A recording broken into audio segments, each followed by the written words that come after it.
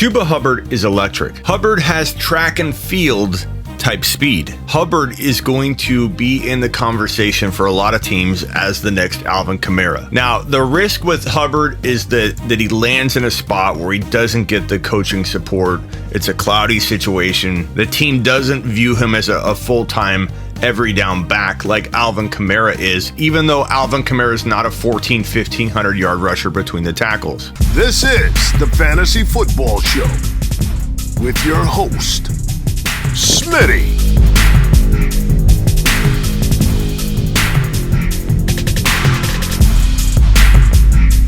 Top 5 running back.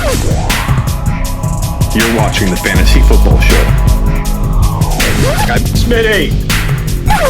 Take a lap. Yes, Alvin Kamara is a workhorse back. I'm here to define workhorse the way I want to define workhorse. If you think it's just between the tackles, do you. Workhorse to me is workload. Alvin Kamara is a workhorse. You don't get drafted in the top 4 in fantasy football overall when you're not a workhorse back. But Smitty, workhorse is Derrick Henry. You've got to run between the tackles a ton to be a workhorse back. Smitty? No.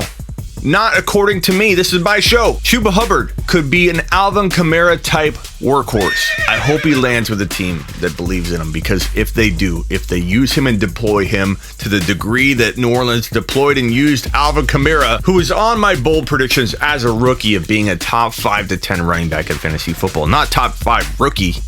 He wasn't even drafted in the top 5 rookies overall in most rookie drafts, but I said he'd be a top 5 to 10 rookie running back. I feel the same way about Chuba Hubbard. When I watch this guy play, I don't see what some people see. Oh, he's all speed. Look at the open rushing lanes. You could drive a truck through the rushing lanes. Chuba Hubbard has vision. Chuba Hubbard is quick. He's got explosion. He's electric. He has phenomenal vision, patience, kind of like a Lev Bell when he's hesitating to hit the hole. Unlike Lev Bell, after being patient finding the hole, he sprints through it like a track star. Because he is a track star. Chuba Hubbard's gonna start climbing a lot of people's rankings once they see how quick he is. Some of the concerns people have about Chuba Hubbard being a full-time guy at the NFL level is very similar to the concerns people have about Antonio Gibson being a full-time guy in Washington. Washington looks like they know what they're doing. They look like they know how to use Antonio Gibson, and they will get the most out of him. Antonio Gibson could be a top 10 running back with ease, probably top 7 to 10, maybe top 6 to 10 if used properly, and I believe Washington will use him properly. He's got a nose for the end zone. He needs a good mix of receiving and rushing. An Alvin Kamara type meal on a weekly basis. That's what Hubbard needs. That's what Chuba Hubbard needs. That's what Travis Etienne needs as well. I'll do a video on him next. Both Hubbard and Etienne I love. Both Hubbard and Etienne could be top 5 to 10 running backs in the NFL. Do I think both of them will be? Maybe not. I don't feel like there's enough situations out there in the NFL right now that both of them could get lucky enough to land in places where teams are going to use them Alvin Kamara style. Clyde Edwards-Helaire is a perfect example of a team not utilizing a player enough, a player that could be a top 5 running back in fantasy football, and it's frustrating. I'm not giving up. I'm not running away from rookies. Clearly, I love Chuba Hubbard. A big risk in a way of getting the workload he needs to be Alvin Kamara-like. But the great news is nobody's drafting him very high at all. The great news is so many people are doubting him. Look in the comments of my most recent video that talks about Jamar Chase and Devonta Smith. There were a lot of negative comments about Hubbard in that video. And I'm not going after anybody that doesn't like him. We're all entitled to our opinions. Do you trust your gut? My point is just that the buy low market is there for Hubbard. There are enough doubters. By default, I think he falls well past number 5 overall in rookie only drafts. That makes him even more Alvin Kamara-like because he's not getting drafted in the top 5 rookies. The risk is low when you consider outside top 6 overall rookie value. And in redraft leagues, clearly how he looks in like July,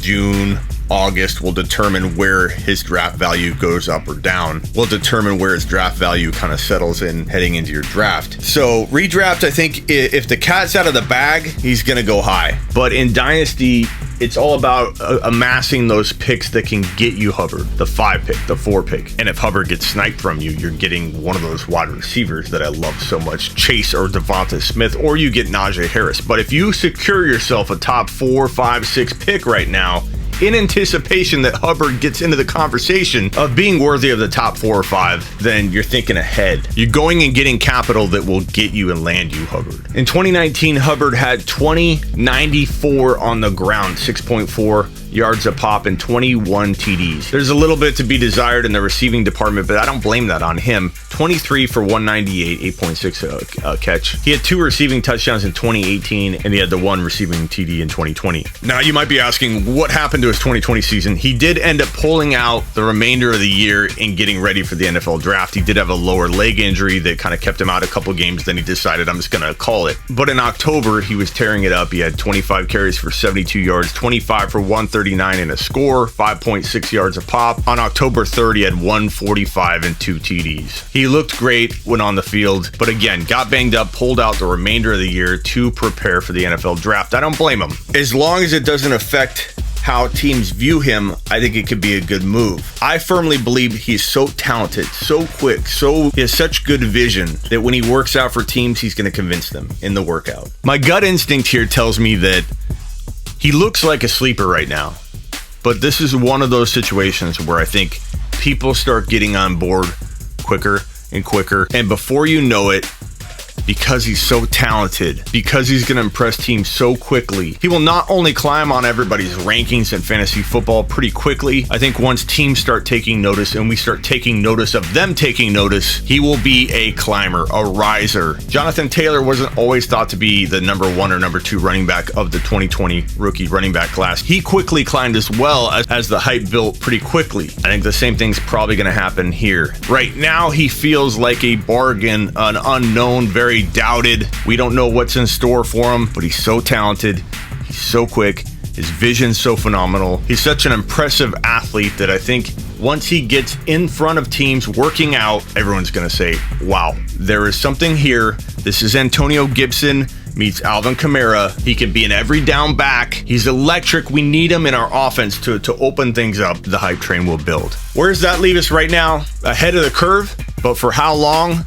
I don't know. I can't guarantee that. I can only let you know right now. This is probably my favorite rookie in this 2021 rookie draft class. Watch everybody else quickly catch up. This is the Fantasy Football Show with your host, Smitty.